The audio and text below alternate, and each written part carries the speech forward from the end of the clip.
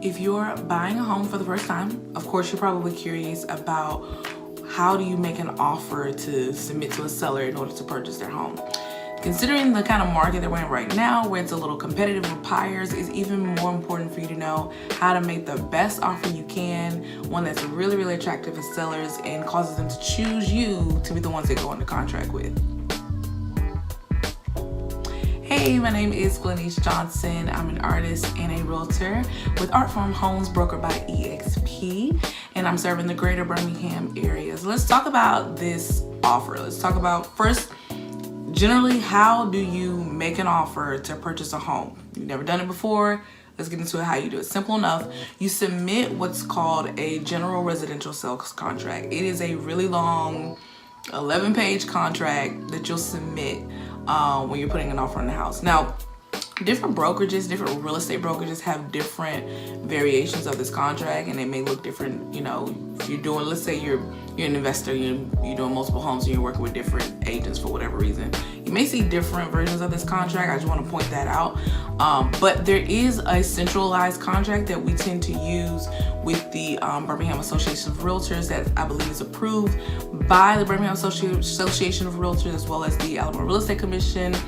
Don't quote me on that, but I'm just wanting to point out there may be different contracts, but it's generally a general residential sales contract. It's really long. The one that I mostly use is the one that's approved by the Birmingham Association of Realtors, and it's covering everything from price, earnest money, financing, closing costs, possession of the house after closing, personal property, home warranty, termite bond, title split fees, contingencies. All these things are actually determined at the very beginning. You may think that the only thing you're gonna determine when you start the process is just the price, going back and forth on the price and then going on a contract. No, every single thing that can possibly go into it outside of maybe repairs, after you do the inspection period within that escrow period between the purchase agreement and closing, mostly everything else is decided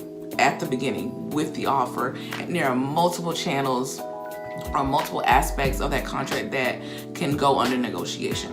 Okay, so essentially, you submit that 11-page contract. It's already signed on your end of everything that you're going to agree to, and then the purpose is to send it to the seller.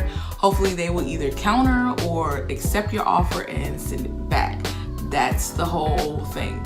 And again, majority of everything is already kind of negotiated out at the very beginning before you even officially go into contract, right?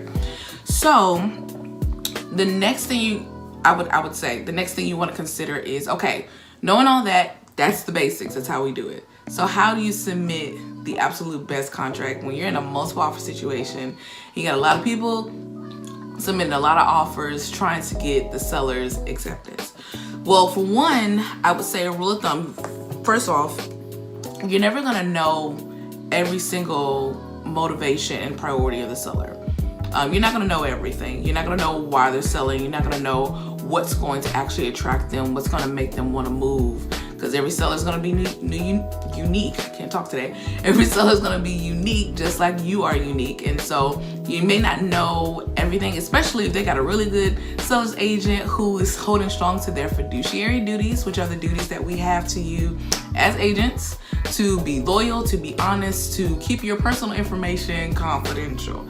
So you may not know every single motivation to give you kind of leverage to tailor your contract to all of their desires, but you can always be sure this is a sale, this is a purchase of a piece of property. You're exchanging money for property. So at the end of the day, it is a business deal.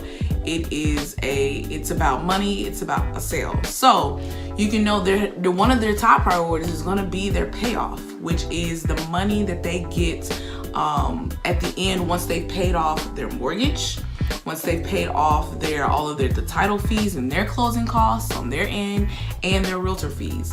Their payoff is going to be one of the top priorities that they're looking at when they're putting the house on the market and trying to get it sold, and that they're looking at when they're considering all these offers that may be in front of them and considering how each individual offer is impacting that payoff, right?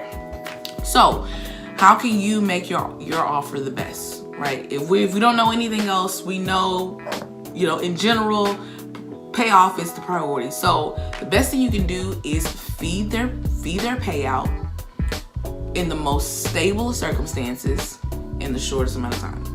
So when I say feed their payout, that means requiring minimal financial aspects, like minimal financial requirements. So there's a lot of things you can negotiate in a contract. You can negotiate them paying a portion of your closing costs. You can negotiate them purchasing you a home warranty. You can negotiate them buying a survey or buying a termite bond or whatever. There are a few things you can negotiate at the very beginning. But keep in mind, everything you negotiate, everything you request for them to pay, that's coming out of their payout. If they're paying for your closing costs, if it's like $2,000, $3,000, $4,000 in closing costs, that's chunking away at their payout. So yes, absolutely, you can totally ask that. However, switch the context to a multiple offer situation where you're in competition with other buyers. If one buyer, again, I've said this before, if one buyer is not requiring that and you are, who are they going to choose? They're going to choose the one that's going to give them the most money back, right?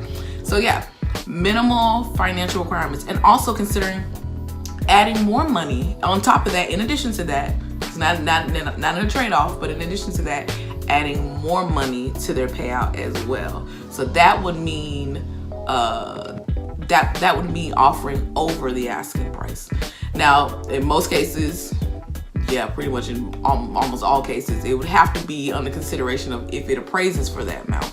However, considering if you've been well prepared and you got money stacked up ready to move around, if you got some extra money to spend on this endeavor, you may be capable of offering a little bit over your appraised value, or maybe even putting in a bit of an escalation clause where you offer so much amount over the highest offer, depending on what it is. Everybody ain't got it like that, but they're optional, not mandatory, just different ways you can play with it.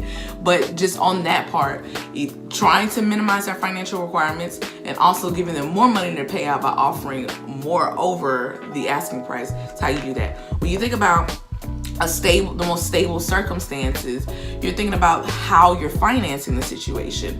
Cash is always going to be king. If you got cash to pay for it and you've got the proof of funds to let the seller know that you're able to draw cash on them, that's a more stable situation, because now we're not dealing with the lender. You're not dealing with that process that can be very, very unpredictable at times. This person's got cash. That also lends itself to a shorter time as well. So having cash is going to be king.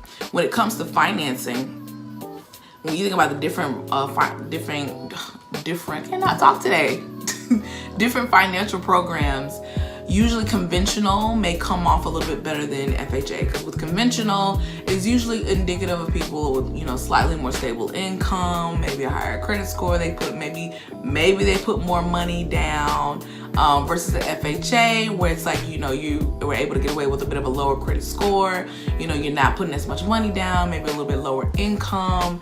And also with FHA, just like with VA and the other ones, there may be some repair restriction or like requirements, so to speak, because with FHA or VA, any government insured loan, they may flag issues with the house if they may present a danger to your health and safety. With that, that's something that a seller has to consider, that if you have an issue, something gets flagged, and now just instead of generally negotiating repairs, now your loan is on the line for the sake of the repair. So that can present a lot of complexities that they may not want to deal with if they have another offer that is presenting them maybe with a conventional where it wouldn't have those restrictions or things like that. So these are all just scenarios. Now granted, if you got an FHA or VA loan, you can't do nothing about that. And it doesn't mean your offers won't get accepted. Every single deal that I've done so far, it has been a government insured loan, either FHA or VA, has not, and those offers have gotten accepted and closed as well. So it doesn't mean that you're always going to get shut out just because you don't have, the loan you have may be not as appealing as another. Also take into account with the time frame, if you're wanting something, think about the seller thinking about the seller wanting to have something done as quickly as possible. Usually a VA loan or maybe a USD loan, they tend to run a little bit longer on those closing days. You may get a minimum. You get a minimum of 30 days. If you're like an FHA loan, minimum of 30 days will get that deal done from the day you finalize it until the day you close. Usually, if nothing crazy is going on, everything's working out well, it's usually what you're looking at, about 30 days. With a VA loan, sometimes the minimum is usually around about 45 days, because VA kind of marches to its own drum, so to speak. So you kind of have to create cushion and create room for that. USDA is on a completely different spectrum as well. So you kind of have to create room for their uniqueness, and so that you don't have to push your closing dates back, because that's, you never want that, even though it can happen. But you always want to try to avoid that. But considering if you got a VA loan and you happen to be in a most offer situation, and this seller wants to get out as quickly as possible, if somebody else only needs 21 days or 30 days, to get their stuff situated, get their stuff through, that's going to be what's more appealing to the seller. So these are all just scenarios based on what we know for sure, which is, that seller getting their payout and getting it and with the most stable situation in the least amount of time. Now, granted, that doesn't mean you may come across a seller that they actually need an extra couple of days, because they're also trying to buy a house, and they are now buyers in a crazy seller's market, and so they could use a little bit of extra time to find their house as well. You never know how it could come together. Again, these are just scenarios, so to kind of get to the gist of everything as far as putting your best offer in. So I say all that to say that I'm going to refer back again to, ultimate priority, it's a business deal. You want to get them the most money in the best circumstance. So you don't necessarily have a lot of time and space to kind of play the field, or, I've heard some people say, oh, we'll just come in lower and try to negotiate. Ain't nobody negotiating with you, baby. No, nobody's negotiating. They're going to throw that offer out. They're going to throw your offer out. And then these other four that have given them probably are offering over asking price. They're going to look at their aspects and see which one of those they want to choose. It's not that kind of game right now. So yeah, to tell your friends, it's not that kind of game. You're not going to necessarily be able to do that. Depending on the situation, every house is not going to be as hot as the next one. You never know. You can find one that's been on the market for a few days.